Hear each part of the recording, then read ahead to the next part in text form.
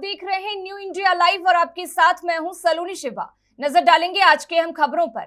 दिल्ली में 9-10 सितंबर को होने वाले G20 सम्मेलन के मद्देनजर आज अमेरिकी राष्ट्रपति जो बाइडेन भारत आ रहे हैं।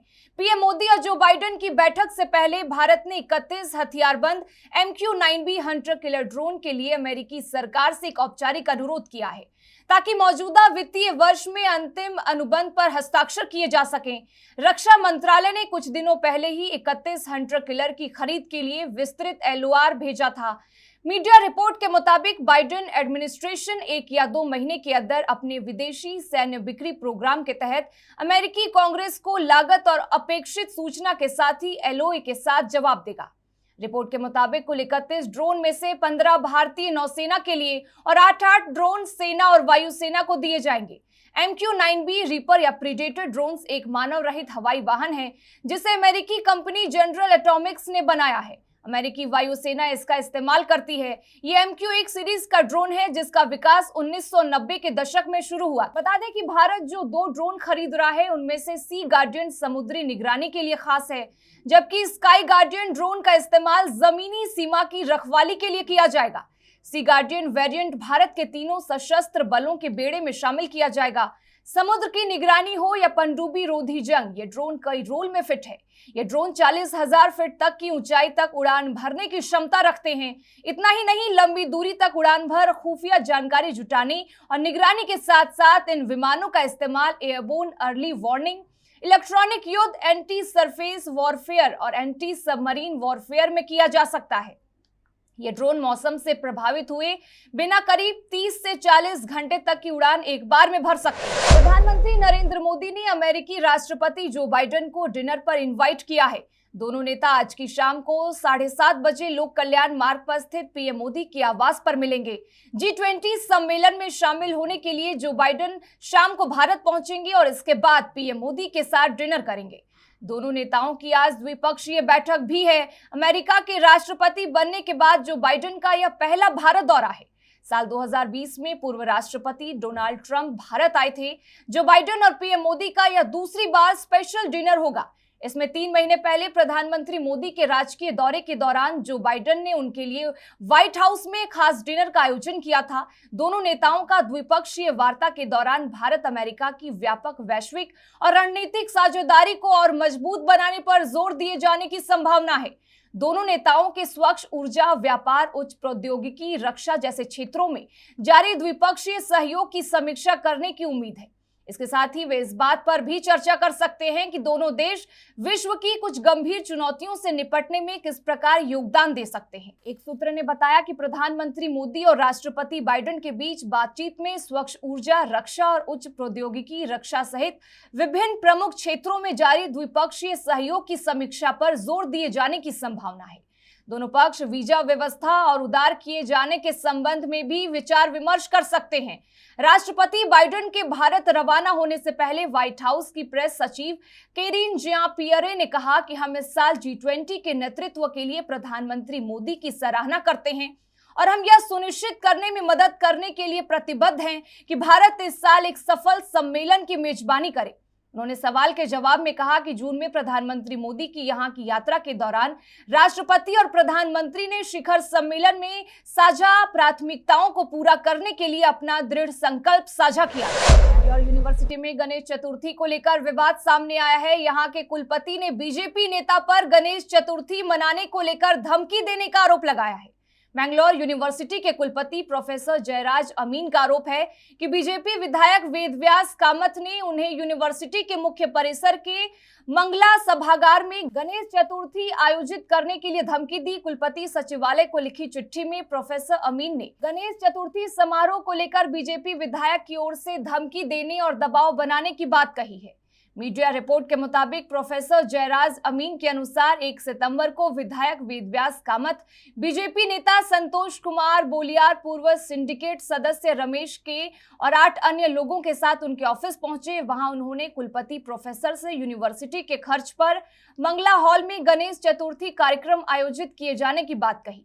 प्रोफेसर अमीन ने बताया कि बीजेपी विधायक ने उन पर 2 घंटे तक दबाव डाला और उनकी बात नहीं मानने पर बड़े पैमाने पर विरोध प्रदर्शन और आंदोलन करने की धमकी दी।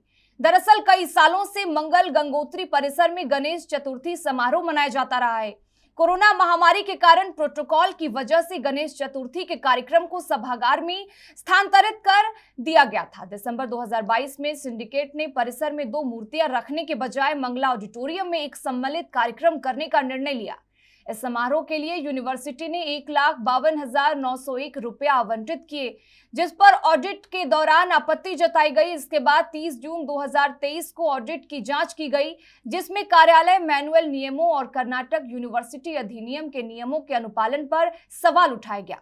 कुलपति के आरोप के बाद बीजेपी विधायक वेदव्यास कामत कांग्रेस सरकार और राज्य के सीएम पर हमला बोला है। उन्होंने आरोप लगाया है कि कर्नाटक के मुख्यमंत्री और कांग्रेस नेता सिद्धारमैया ने कुलपति को यूनिवर्सिटी में कोई भी धार्मिक त्योहार नहीं मनाने के निर्देश दिए हैं। राजस्थान की सियासत में 3 दशकों से चली आ रही सत्ता परिवर्तन के ट्रेंड को कांग्रेस तोड़ने की कवायद में है।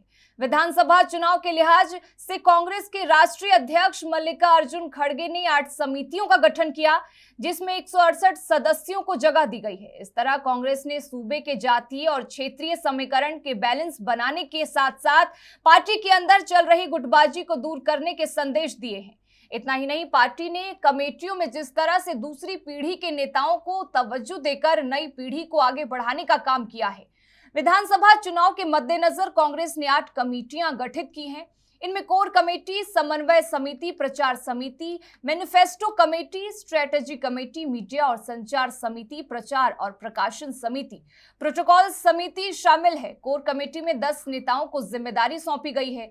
समन्वय राजस्थान के प्रभारी सुखजिंदर सिंह रंधावा को बनाया गया है। कोऑर्डिनेशन कमेटी में 26 नेताओं को जगह दी गई है, जिसमें सीएम गहलोत सहित सचिन पायलट और गोविंद सिंह डोटासरा शामिल हैं। विधानसभा के अध्यक्ष सीपी जोशी को घोषणा पत्र कमेटी का अध्यक्ष, हरीश चौधरी को स्ट्रेटेजिक कमेटी का अध्यक्ष और ममता भूपेश को मीडिया और कम्युनिकेशन कमेटी का अध्यक्ष बनाया गया है। सचिन पायलट समर्थक मंत्री मुरारीलाल मीणा को पब्लिसिटी और पब्लिकेशन कमेटी का अध्यक्ष और प्रमोद जैन भाया को प्रोटोकॉल कमेटी का अध्यक्ष बनाया गया है। चुनावी कमेटियों के अध्यक्ष बनाए गए नेता हर कमेटी में एक्स ऑफिसियो मेंबर रहेंगे। इस तरह के कांग्रेस ने अलग अलग कमेटियों में अलग अलग जाति और क्षेत्र के नेताओं को जगह देकर एक नई सोशल इंजीनियरिंग खड़ी करने का दांव चला है। राजस्थान में कांग्रेस की नजर ओबीसी वोटों पर है। कांग्रेस ने चुनाव के लिए गठित कमेटियों में सबसे ज्यादा जगह ओबीसी नेताओं को दी है। मुख्यमंत्री अशोक गहलोत से लेकर हरीश चौधरी, सचिन पायलट, धीरज गुर्जर, राम सिंह कुशवाहा, जसवंत गुर्जर जैसे ओबीसी नेताओं को जगह दी गई है। ऐसे में साफ है कि कांग्रेस की पूरी तरह से ओबीसी वोटों को अपने साथ मजबूती से जोड़े रखने की रणनीति है। इतना ही नहीं, कांग्रेस आदिवासी समुदाय से आने वाले पायलट समर्थक मंत्री मुरारीलाल मीणा को पब्लिसिटी और पब्लिकेशन कमेटी का अध्यक्ष बनाया गया है। इतना ही नहीं, टीकाराम मीणा को घोषणा पत्र कमेटी में रखा गया है। कांग्रेस की स्ट्रेटेजिक कमेटी में हरीश चौधरी को अध्यक्ष, धीरज गुर्जर उपाध्यक्ष, विधायक रोहित बोरा संयोजक, राम सिंह कुशवाहा और अमित चाचाण को सह संयोजक बनाया गया है। इस कमेटी में रामेश्वर डूडी, डूंडर राम गोयदर, खानू खान बुधवाली, पवन गोदारा, विशाल जांगिड़, संगीता बेनीवाल, उर्मिला योगी, ललिता यादव, अजीत यादव, अमित मुद्रल, शमा बानो, शकुंतला रावत, वाजिब अली, मदन प्रजापत, मानेंद्र सिंह, रतन देवासी, मांगीलाल गरासिया, रूपाराम मेघवाल, कैलाश मीणा, मदन गोपाल मेघवाल और जयंती बिश्नोई को सदस्य बनाया गया। पंजाब के लुधियाना जिले में मौजूद साहनेवाल हवाई अड्डे पर उड़ान सेवा बुधवार से फिर शुरू की गई है। अब लुधियाना से दिल्ली एनसीआर आना और आसान हो पाएगा, क्योंकि यह उड़ान सेवा साहनेवाल से हिंडन के बीच शुरू की गई है। यह 19 सीटर का विमान यात्रियों को लेकर हिंडन पहुंचेगा। उद्घाटन कार्यक्रम में सीएम भगवंत मान मौजूद रहे और विमान को हरी झंडी भी दिखाई। बताया जा रहा है कि शुरुआत के 3 महीने के लिए किराया केवल 999 रुपए रखा गया है। उधर सीएम भगवंत मान ने एक्स पर कार्यक्रम की तस्वीर साझा करते हुए लिखा कि पंजाबियों के लिए एक और अच्छी खबर, लुधियाना से हिंडन के लिए उड़ानें शुरू हो गई हैं। एयरलाइन की अपील पर पहले 3 महीनों के लिए फ्लाइट टिकट सिर्फ 999 रुपए रखा गया है। अब आपको दिल्ली एनसीआर जाने के लिए परेशान नहीं होना पड़ेगा और आप कम खर्च में दिल्ली जा सकेंगे। बताया जा रहा है कि लुधियाना से हिंडन की यह यात्रा महज 1 घंटे में पूरी हो पाएगी। सीएम मान ने इस दौरान और कई घोषणाएं की। सीएम मान ने कहा कि लुधियाना में अंतर्राष्ट्रीय हवाई अड्डा बनाने का काम तेजी से चल रहा है। उन्होंने कहा कि आज शुरू हुए उड़ान सेवा से लुधियाना के व्यापारियों को बड़ी राहत मिलेगी। वहीं साहनेवाला हवाई अड्डे के बाद अगला लक्ष्य हलवारा एयरपोर्ट को शुरू करना है। सीएम ने कहा कि हलवारा टर्मिनल का काम चल रहा है और हमारी सरकार की तरफ से फंड जारी किया जा चुका है।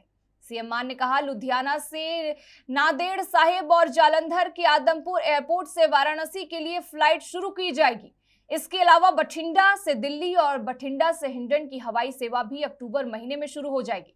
इसके साथ ही इस दौरान उन्होंने और क्या कुछ कहा, आइए आपको सुनाते हैं। ਤੇ ਨਾਲ ਖੁਸ਼ੀ ਦੀ ਗੱਲ ਇਹ ਵੀ ਹੈ ਕਿ ਬਠਿੰਡਾ ਤੋਂ ਵੀ ਬਠਿੰਡਾ ਦਿੱਲੀ ਬਠਿੰਡਾ ਤੇ ਬਠਿੰਡਾ ਹਿੰਡਨ ਉਹ ਵੀ ਸ਼ੁਰੂ ਹੋ ਰਹੀ ਹੈ ਜਲਦੀ। ਹਲਵਾਰੇ ਤੋਂ ਵੀ ਕਿਉਂਕਿ ਉਹ ਟਰਮੀਨਲ ਦਾ ਕੰਮ ਚੱਲ ਰਿਹਾ ਉੱਥੇ ਗਵਰਨਮੈਂਟ ਵੱਲੋਂ ਸਾਰੇ ਪੈਸੇ ਜਾਰੀ ਕਰ ਦਿੱਤੇ ਗਏ ਨੇ। सो लुधियाने लिए 2 एयरपोर्ट हो जाएंगे। हरियाणा कांग्रेस में चल रही खींचतान अब बढ़ती जा रही है। हुड्डा और टीम एसआरके के बीच चल रही खींचतान को लेकर अब कांग्रेस बीजेपी के निशाने पर आ गई है। यही नहीं, दिल्ली आलाकमान तक भी ये खबर पहुंचाई जा चुकी है। इसके बावजूद स्थितियां अभी ठीक होती नहीं दिख रही है। हुड्डा और टीम एसआरके के बीच रही खींचतान को लेकर बीजेपी हरियाणा के ट्विटर अकाउंट से एक वीडियो शेयर कर निशाना साधा गया है, जिसमें कहा गया है कि धक्का मुक्की तो पुरानी बात हो गई, अब कांग्रेस की मीटिंग में लात और घूसों की बारिश होती है। हरियाणा बीजेपी की ओर से जारी वीडियो में आगे कहा गया है कि जिन कुरुक्षेत्र, पानीपत, हिसार, दादरी, गुरुग्राम में रणदीप सिंह सुरजेवाला और हुड्डा कैंप के लोगों ने एक दूसरे को बुरी तरह धो डाला, पीट पीट कर लहूलुहान कर दिया, ये वही लोग हैं जो अपने शहजादे की भारत जोड़ो यात्रा के दौरान शामिल हुए थे। वीडियो में आगे कहा गया है कि क्या कांग्रेस देश को बताएगी कि जब खुद के घर को जलने से नहीं बचा पा रहे हैं तो हमारे प्यारे भारत देश को कहां से संभालेंगे, और वो भी 27 घर विरोधी पार्टियों के गठबंधन में। इसके अलावा वीडियो को शेयर करते हुए उसके ऊपर लिखा गया कि सत्ता की भूख ऐसी कि हरियाणा में कांग्रेस के सभी गुट एक दूसरे के ही खून के प्यासे। इंडिया अलायंस के मुख्य घटक कांग्रेस की हरियाणा में सच्चाई। आपको बता दें कि हरियाणा कांग्रेस में इन दिनों गुटबाजी चरम पर है। हिसार, जिंद और कुरुक्षेत्र में बीते सोमवार को पर्यवेक्षकों के सामने ही हंगामा हो गया था।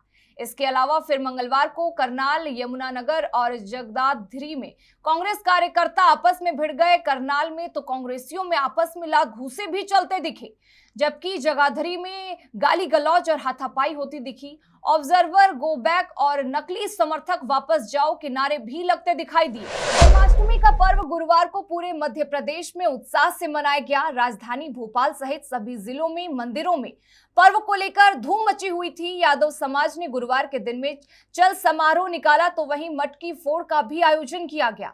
इसी कड़ी में गुरुवार को सीएम हाउस में भी जन्माष्टमी पर्व मनाया गया। इस मौके पर सीएम शिवराज सिंह चौहान ने भी एक से बढ़कर एक सुमधुर भजन गाए। कार्यक्रम के दौरान पत्नी साधना सिंह चौहान, पुत्र कार्तिकेय और कुणाल भी मौजूद रहे। इस आयोजित कार्यक्रम के दौरान संबोधित करते हुए मुख्यमंत्री शिवराज सिंह चौहान ने प्रदेशवासियों को जन्माष्टमी पर्व की बधाई दी। सीएम ने कहा कि हम सभी को वैभवशाली भारत के लिए मिलकर काम करना होगा। कार्यक्रम के दौरान बाहर से आए कलाकारों ने एक से बढ़कर एक राधा कृष्ण के भजनों पर नृत्य किया। इस दौरान मौजूद सभी जनप्रतिनिधि भी नृत्य करते हुए नजर आए। जन्माष्टमी पर्व की राजधानी भोपाल में खासी धूम मची। मंदिरों में आकर्षक राधा कृष्ण की झांकी सजाई गई, फूलों और लाइटों से आकर्षक साज सज्जा की गई। सभी श्रद्धालुओं को रात 12 बजने का इंतजार था और 12 बजे ही मंदिरों में आलकी की पालकी, जय कन्हैया लाल की के स्वर गूंजने लगे। इससे पहले मंदिरों में धार्मिक आयोजन हुए। राजधानी भोपाल में मटकी फोड़ का आयोजन चला। नेहरू नगर में आयोजित कार्यक्रम में शामिल होने के लिए फिल्म अभिनेता गोविंदा भी भोपाल पहुंचे। वहीं आयोजित कार्यक्रम में हजारों की संख्या में लोग शामिल हुए। यह कार्यक्रम विधायक पीसी शर्मा द्वारा कराया गया। प्रतियोगिता में मटकी फोड़ने वाली टीम को विधायक शर्मा द्वारा 1,11,000 रुपए का पुरस्कार भी दिया गया। सनातन धर्म को दिए आपत्तिजनक बयान के चलते तमिलनाडु के मंत्री उदयनिधि स्टालिन और डीएमके सांसद ए राजा के खिलाफ एफआईआर दर्ज करने की मांग को लेकर सुप्रीम कोर्ट में एक और याचिका दायर की गई है। वकील विनीत जिंदल की ओर से दायर याचिका में कहा गया है कि इन दोनों के आपत्तिजनक बयान के बावजूद तमिलनाडु पुलिस ने दोनों के खिलाफ कोई कार्रवाई नहीं की। याचिकाकर्ता ने दिल्ली पुलिस को भी शिकायत दी, लेकिन उन्होंने भी एफआईआर दर्ज नहीं की। याचिका में कहा गया है कि सुप्रीम कोर्ट पहले ही सभी राज्यों के निर्देश दे चुका है कि हेट स्पीच के मामलों में स्वतः संज्ञान लेकर कार्रवाई करे। ऐसे में इन दोनों नेताओं के खिलाफ कोई कार्रवाई न करके दिल्ली और तमिलनाडु पुलिस ने कोर्ट की अवमानना की है, उन पर अवमानना की कार्रवाई शुरू की जाए। दरअसल सनातन धर्म पर तमिलनाडु के मंत्री उदयनिधि स्टालिन के बयान पर छिड़ी तीखी बहस अभी थमी भी नहीं थी कि डीएमके नेता और पूर्व केंद्रीय मंत्री ए राजा ने भी विवादित बयान दे दिया। ए राजा ने सनातन धर्म की तुलना HIV से कर दी है।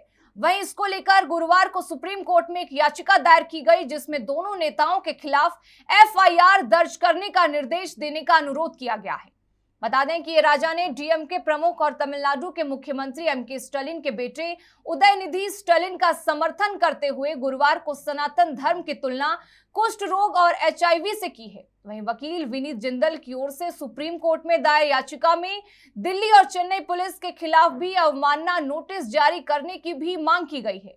इस याचिका में दिल्ली और चेन्नई पुलिस पर नफरत फैलाने वाले भाषण को लेकर कोर्ट के निर्देशों को लागू नहीं करने का आरोप लगाया गया है।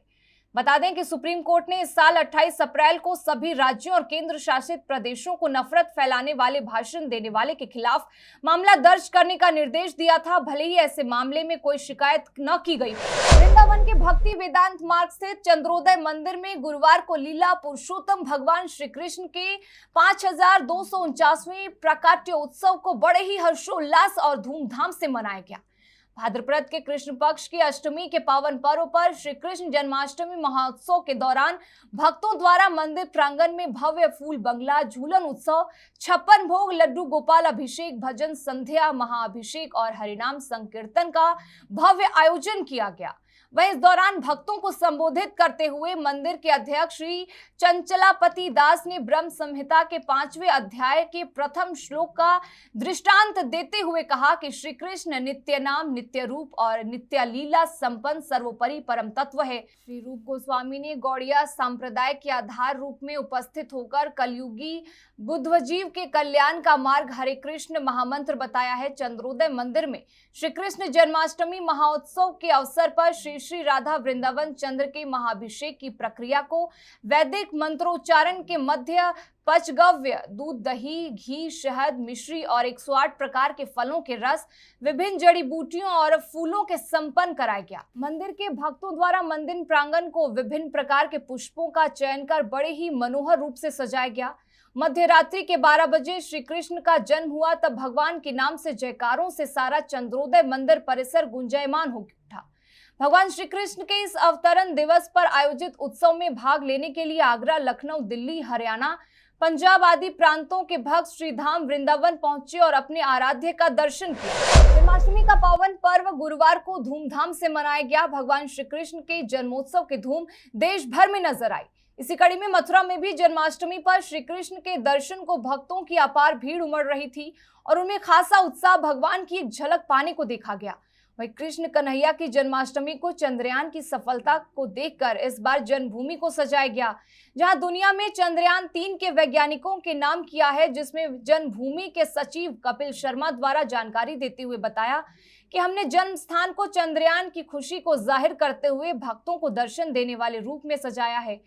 इसीलिए आज वैज्ञानिक सोमनाथ पुष्प बंगले में विराजमान होकर दर्शन देने वाले हैं और प्रज्ञान प्रभास पोशाक धारण करके और सुबह से ही भव्य दिव्य जन्माष्टमी का उत्सव मनाया जा रहा है और मूर्छलासन पर विराजमान होकर अभिषेक स्थल पर पधारेंगे, जहां कमल रजत पुष्प में श्री कृष्ण का प्राकट्य होगा, जिसमें स्वर्ण रजत मंडित कामधेनु स्वरूपा दिव्य गौमाता करेंगे।